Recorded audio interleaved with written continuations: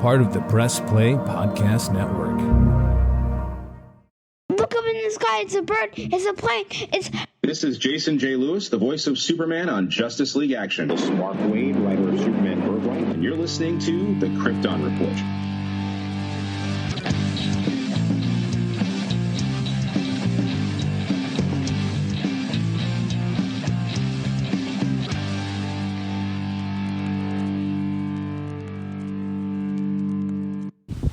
So today's episode is going to be a little bit different. It's going to be clips and snippets from my trip to Cincinnati Comic Expo, which, in my opinion, has become the best comic book con in Ohio. And so you're going to explore that, and it's going to be fun. There's going to be some fun stories and going on. And I've also want to say that I've come to realize that I don't think I have a favorite Superman. I think it's too hard to pick. Live action, I just don't think I can do it. There's too many greats, and each one has a different little angle to their Superman. I don't think I can pick. After my adventure, you'll hear, I only have live action Superman 4 more to meet. And then if I'm going to include Tim Daly, it makes 5. So there's other voice actors I know who've done Superman, but they start to get, because of all these animated films, it gets to be a little bit harder to narrow them all down. So enjoy the stories. I got to hear Lauren Lester sing I Am Blue as Dick Grayson to parody, but Kevin Conroy's I Am Blue when he was Batman from Justice League, which was cool. And I hope you have a great time listening to this episode. This will be probably, I'm looking at doing 3 episodes from Cincinnati Con, and we'll see, maybe just 2, but enjoy. We are live at Cincinnati Con, and it's pretty awesome right here. Listen. This year's costume contest is now open at 11:30. The doors will open from 11:30 to 3:30 and room 235. Be sure to come by and join in for fun, amazing prizes, and a $1,000 takeover. Wow. If only. But hey, I'm currently looking at Lauren Lester, the voice of Robin from Batman the Animated Series. I'm looking at Adrienne Barbeau from Swamp Thing, or also known as Catwoman from Batman the Animated Series. As I'm moving through the crowd, I'm just overwhelmed by the response here at Cincinnati Comic Expo. It is amazing. It is beyond what I've seen in a long time, to be honest. There's Jack Dylan Grazer, although Freddie Freeman. And of course, John Glover. Met him before. There, he's at his booth hanging out. It's an amazing time. And look for more as the day progresses. Hey everybody, I'm here in line to meet Brandon Ralph, some other fans, and I'm talking with Ken, and Ken is wearing the Batman Live t-shirt. And if you're wondering what that is, well, we're going to talk about it. So hi Ken. How you doing? Welcome to the Krypton Report. Thank you. So Batman Live, what was it? Batman Live was a stage show, I think it was about 10 years ago. I think you were 5, right? And basically the stage was set up.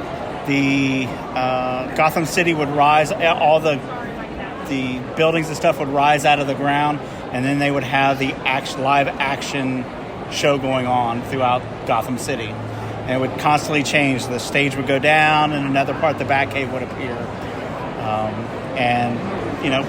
Batman fighting the Joker, saving Gotham City. It was just a really neat live stage show. You know what's horrible is I found out about that years later after it had canceled, and that would be amazing to have taken my son. Now, you took your son, you said? Yes, I think he was 5, right? I think we were in kindergarten. Yep. We drove up to Fort Wayne, Indiana on a school night to go see it. Worth it? Oh, absolutely. Oh, it was better than the Marvel live shows that they put on right now. I thought it was way better. It's awesome. And I don't know, halfway through the U.S. run, they just shut down production and never heard why.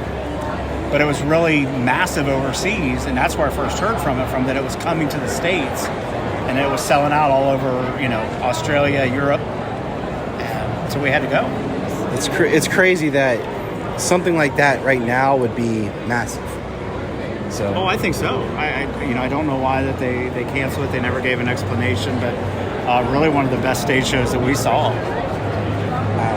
Live theater is something that we will want to take our kids, because right now our kids are 5 and 7, and that would have been one of those perfect segues into it. We saw the Marvel live show a few years later when it first started, so it's very infancy, and we thought that the Batman one was way better than what Marvel and Disney had put on. So we're chatting here in line to see Brandon Routh. Are you excited? Oh yeah, excited here to see Brandon. Sorry, sad to see that the Legends is over with. Really good show. The Arrowverse is now falling apart, which is really sad. That is the best part of our Tuesday, Wednesday night. So it is funny that it's ending, and they just had the 10-year anniversary. But I joke with my friends, and we talk about it's technically all of DC is now part of it since Crisis. They did the fun cuts, and correct. I don't know if you saw this, and I haven't, but there was a behind-the-scenes photo released recently of Stargirl and Beast Boy, with the proposed that there's going to be a Titans and Stargirl crossover at some point. That's all I know. Okay. And I'm like, that would be really cool to see, because I'm really loving watching Stargirl with my kids and Superman and Lois. And I've watched the Titan show on HBO, and I think it's pretty good. So, but yeah, I really hate to see that the Arrowverse is over. It was a nice run. massive. Even all the way back to the original Smallville, which I absolutely loved. We love Smallville. But yeah, I don't know which direction DC is going to go, but I would like to see it still continue. But all right. Well, thank you, Ken. Absolutely, sir. Thank you so much. I'm almost there, in the line, approaching. Time to order my selfie with Brandon. Pretty excited. It's a little crazy. Hey, I just ran into a guy. What's your name, sir? My name is John Alexander. John Alexander. He has an amazing Superman costume, and I thought I'd get a quick quote for him. Sir, your boots are awesome. Thank you. We just did a whole conversation about Superman's boots, and yours are probably the best I've ever seen. These are from Heroes time, and they don't offer them anymore. Well, that's a bummer. Where did you get your suit? The suit came from Action Costumes out of Argentina, I believe. Is that they still have a website that's up? Yeah, Action Costume. All right. Well, hey, man. Good luck at the con. It looks great. Very traditional. Yeah. You have a great time. Christopher Reeve version. It's the way to go. Thank you. Thank you. So I also found Batman. Hey, Batman. How's it going? Good. Your costume is awesome. Did you put it together yourself, or did you find a place to purchase it? I put it together myself. I found a bunch of different stuff all over the place and just made it into a suit. I like it because it's of course very Christian Bale inspired, but it also feels like it has a little bit of the Arkham style mixed into it. That's what I was going for. The cowl is more Arkham Knight, and then for the eyes I added in sewing mesh. It's white sewing mesh. That way you have the white animated look of the eyes instead of painting on black makeup. I like it. I dig it. I'm very much, when I make my own type suits or costumes, even with my kids, a lot of times blending different versions and kind of finding your own. Yeah. Instead of just going for a straight replica of something. Right. So I really dig your costume. And thank you. Are you in the costume contest or anything? No, I've done it in years past, same suit, so I'm not doing it this year. And what was your name, sir? My name is Zian Burns. Nice to meet you, sir. Oh, thank you. All right. Nice to meet you. So sometimes when you're at a convention, like years ago when I met Momoa, you have a fun, weird run-in. And I just met Christopher Lloyd and got a high smile wave as he was exiting, heading towards the restroom, and walked in front of me. I don't have the $175 for a photo, but I got to say hi to Doc Brown himself. It was pretty cool. Cons. Just chatted with a guy in line who his best friend worked at Lucky Strike Bar in LA with Brandon and was there when Brandon got signed to be Superman. One day you're slinging drinks, next day you're Superman. It's American dream. the saddest thing about coming to the cons and stuff is you never have enough money. And not even enough money for all the things that you want, but things to try out from a lot of the indie creators that you don't know of or see that just looks fascinating that you wish you could check out. Fun story. There are 2 parking garages in Cincinnati with the same similar address, and I went to the wrong one and thought I lost my car. Good times, scary times. Thought I had no van. But who would want to steal my white van with Superman on it? Just got a fist bump and a chat with the legendary Lauren Lester. That's right, Robin himself. What a nice guy, and part of the Batman tapestry. It's been a very engaging and fun con, and it's amazing how many people are here from Batman the Animated Series. I know it's one of the big plugs. Kevin Conroy sadly is not here, but we have Catwoman, Poison Ivy, Riddler, and Robin. So it's amazing, and more to come. Day 1 complete of the con. It was awesome.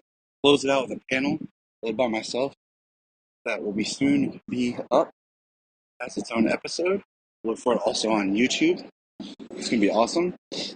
Got to hear some awesome stories from the Batman the Animated Series panel about, I didn't know this, that John Glover, who was the Riddler, was not the first choice.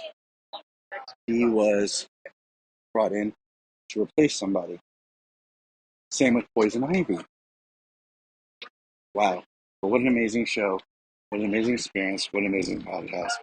What an amazing panel. We're going to press pause and hear a few words from our other podcasts on Press Play Podcast Network. Hello, Brooks here with the Books with Brooks monthly book club podcast. Here's how Books with Brooks works. We read 1 book a month and then we talk about it. Classics like Stephen King's The Shining, debut novels like We Are the Brennans by Tracy Lang, and tons of other compelling, life-changing stories, 1 book and 1 month at a time. So come read along with us and then listen in. If you are like Tyler and James and can't get enough super talk, check out these other podcasts. Digging for Kryptonite, Supergirl Radio, The Last Sons of Krypton, the Superboy Legacy Podcast, All-Star Superfans, Superman the Animated Podcast, The Aspiring Kryptonians, Always Hold On to Smallville, Caped Wonder, The Geek of Steel, and Truth, Justice, and Hope Podcast. This is Dan Jurgens, and if you want to have a good time, keep listening to the Krypton Report. On the second half of my Cincinnati Con experience, you're going to hear my interview with artist and writer, creator Alt Balthazar. And as you know, Solomon and I have been reading his work. It's very exciting. So listen to my live interview straight from the con floor with Art. Yeah, all good, man. Yeah, we're cool. I like that. Cool. Welcome to this special Cincinnati Con Krypton Report. It's I, your host, Tyler. And with me today is Art Balthazar. Now, I'm pumped because, as a lot of you know, Solomon and I were reading through his books, and I was using them to help Solomon read and better himself. So I'm really excited. Got an autograph. But hi, Art. Hey, man. How you doing, sir? I'm good. How are you? Oh, yeah, man. Feeling good. What's it like being at CincyCon? Oh, it's cool, man. Like, this is, like, probably the best time. I've been coming here for, like, 10 years, since they started, pretty much. And they give me a bigger booth every year. They give me a bigger room every year. Nice air-conditioned bed, bedroom, But then I bring all my guys. So, like, we have an all-yeah crew here. We got an all-yeah booth. So, man, is it cool? I think this is the best year so far. I'm loving everything that I'm seeing from right here. I love your stuff. Like I said, I love, because I have small children, the child accessibility, and your stories. Like, we started reading Gilbert. Yeah. We got that from the library, so that's next on our reading to-do list. So what got you into art? Man, I've been I've been drawing since I'm a kid. I watched a lot of Hanna-Barbera cartoons, Woody Woodpecker, Bugs Bunny, stuff like that, Tom and Jerry, and watched Batman and Robin, of course, Adam West. But Ernie and Bert were probably the guys. Ernie and Bert from Sesame Street. And what got me drawing is when I was a real little kid, my dad would have night shift, so he was home during the day. So he would draw stuff for me. He would draw Ernie and Bert and Mickey Mouse and all these guys. And then one day he got shift to day shift, and then I asked, and he was gone to draw. So I asked my mom to draw, and she wasn't as good. And so I was about 4 years old, and that's when I started making my own. I'm like, oh, she doesn't do as good as Dad. And so I would draw my own stuff, and that's what started. I started just drawing all the time, and you get the praise from your parents and your family, and it's like, wow, you're real good. And then in 5th grade is when I started making my own guys. And what happened was my dad gave me this little notebook that I used to draw in, and I used to draw a character on every page. It's one of those the notebooks that the working men keep in their shirt pocket with their pen. So I had a bunch of little spiral notebooks that eventually I drew a character on every page, and then I ran out of characters. So that's when I started making my own guys. Attention. So, yeah. Tony Niblock, please come to will call in Hall C. Tony Niblock, will call in Hall C. That might be me. Is my name Tony? All right. So, what was the first character you drew? Do you still draw it? My first character I created? Yeah. Oh, I don't even remember. I don't know who the first guy was. I remember creating a guy called Pappy Pigskin. Was an old man, a farmer. And then it just went from there. And then I made his ducks, and his duck, he had a pet duck. And I remember making all his animals like cows and pigs. But a lot of the guys don't. Some of the guys transfer over. I got a guy named Looney Loon that I created in 5th grade that I'm going to be launching a book later this 2003 with him. Nice. It's going to be a one-shot, yeah. I got all the characters I wrote out. I showed my buddy Scoot. He liked them all. One of the characters is based off him, but his name's Scooch. Instead of Scoot, his name's Scooch. It's pretty cool. I love it. There's so much energy and fun and to your work. Yeah, man. Excuse me. We really got into reading with the Superman family. How did that come about, doing those books? Well, Superman family started because Tiny Titans came to it. It was going to end. And we talked about ending Tiny Titans, and it was going to end. DC Comics wanted to end it somehow, and I asked them if we could do up to issue 50. I said, because imagine doing an epic book all the way to issue 50 and then end it at 50. Don't end it at like issue 32 or 35. Let's go 50. So the publisher at the time, Dan DiDio from DC, he said, okay, when Tiny Titans is finished, think about what you want to do next. And me and my buddy Franco, we had to come up with an idea. So I kept thinking, man, I want to do Superman. And then he says, well, pitch Superman. And I said, they'll never let us do Superman. And he goes, well, then just pitch them Superman and don't give them any other choice. So I went to the meeting. I agonized over this meeting. I had this pitch that I've been working on for months. And I went into a meeting. It took 40 seconds. My boss looked through the thing, and he goes, I said, can I have Superman? He goes, yeah, you know what you're doing. And he gave me my book back. He didn't want to keep it. He goes, nah, you're good. Just send me all this on a PDF, whatever. And so that's how it happened. And Superman family, I really wanted to do it where it's all about him and his family. Yes. So, like, I talked about Krypton and Lara, and I brought back Lara Jor-El put her in her Phantom Zone before Krypton exploded. I love it. And we pulled her out of the Phantom Zone, and that's never been done before. And there's so much stuff that's never been done before in Superman family that the main industry didn't notice, and no one was paying attention, and we did it. And I even created an idea that Brainiac is Superman's brother because they share the same father. Yes. And Brainiac's father's Jor-El, because Jor-El created the Brainiac technology. And in our universe, it's like Brainiac is like the Wi-Fi of Krypton. Like right now, Wi-Fi is everywhere. Now imagine if Wi-Fi took over and became Brainiac, and Wi-Fi is everything. Kids look at it and they steal your eyeballs and they hear your thoughts.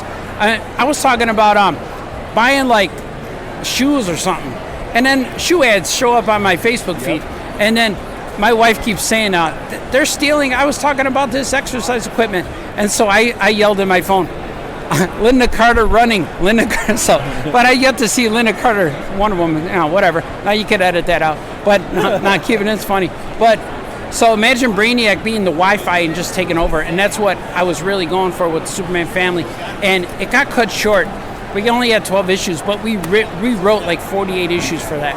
I wanted to do a 50-issue thing. I loved it, and I've said this over and over when my son and I started reading it, was I would love to see this as a cartoon series. Yeah. Or like a 10-minute, one of those 10-minute like YouTube, because there is no other content that I've really been able to find that has both Superboy and Supergirl in it. Yeah. To make both my kids happy. Yeah. So it's either like, oh, Superboy's in this and my son's pumped. Yeah. Or Supergirl's in this and my daughter's pumped, but my son's like, where's Superboy? Yeah. So it was a great book to read for us as a family. Oh, thanks, man.